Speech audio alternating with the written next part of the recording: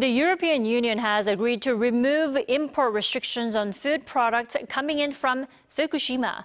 Now, they say the decision was based on scientific evidence and assessment from the IAEA. Seung-jae reports. The European Union on Thursday announced it would lift restrictions on food imports from Fukushima and any Japanese import restrictions imposed after the 2011 Fukushima nuclear accident. On our side, the European Union side, we agreed to lift the remaining restrictive import measures that were linked to the Fukushima accident. We have taken this decision based on science and based on the proof of evidence and based on the assessment of the International Atomic Energy Agency.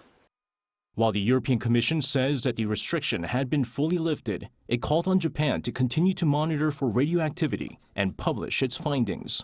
Since an earthquake and tsunami wrecked the Fukushima Daiichi nuclear plant in 2011, the EU had required pre-export testing of food products for radioactivity. And since 2021, it had required certificates showing levels of radioactive isotopes in a number of agricultural and fisheries goods from the area.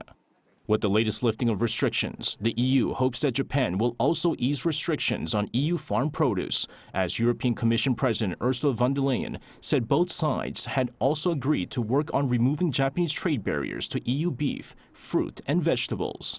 In response, Japanese Prime Minister Fumio Kishida welcomed the latest EU announcement, saying the lifting of the restriction will help drive forward the reconstruction of the devastated areas, adding that Japan would also make a judgment on EU farm produce restrictions based on science, as the EU had done in lifting its restrictions.